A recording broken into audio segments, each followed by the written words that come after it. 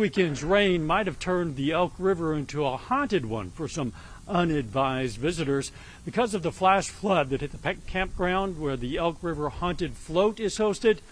About 6 mannequins got lost in the water and might still be floating somewhere out in that river. KOAM's Fernandez Silva has that story.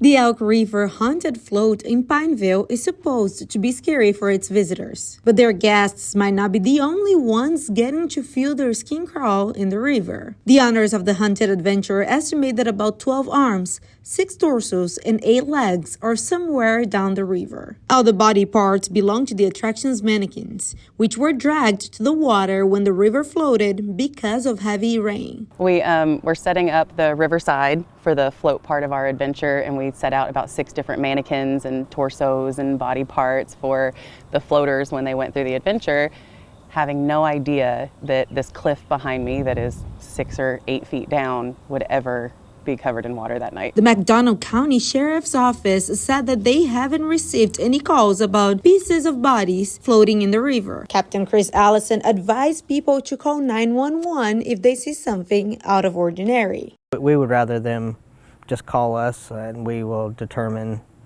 in case it is an actual body part, we wouldn't want anything tampered with at that point. We will respond as we normally would, but our deputies have it in mind that these mannequins were lost, and that is something that they need to consider whenever they're responding. I hope it doesn't cause any problems for emergency services seeing something in the water like that, but I don't know where they are. I don't know where to get them, but if anybody finds them, they can bring them back to me. The ground is still pretty muggy from the water that got up here because of the flood last week. But the mannequins were not the only victims. This 13-foot ghoul also ended up in the water. We came out here and the only thing we could see was the 13-foot ghoul with his hand sticking out. He's a little crooked now, but the magic of Halloween is we plugged him back in the next day and he worked.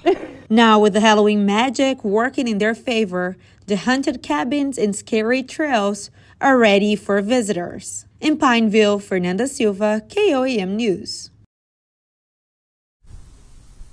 Once again, that was involuntary mannequin slaughter. Today's the opening day for the Elk River Haunted Float. 41 actors and support staff are going to be there every Friday and Saturday in October.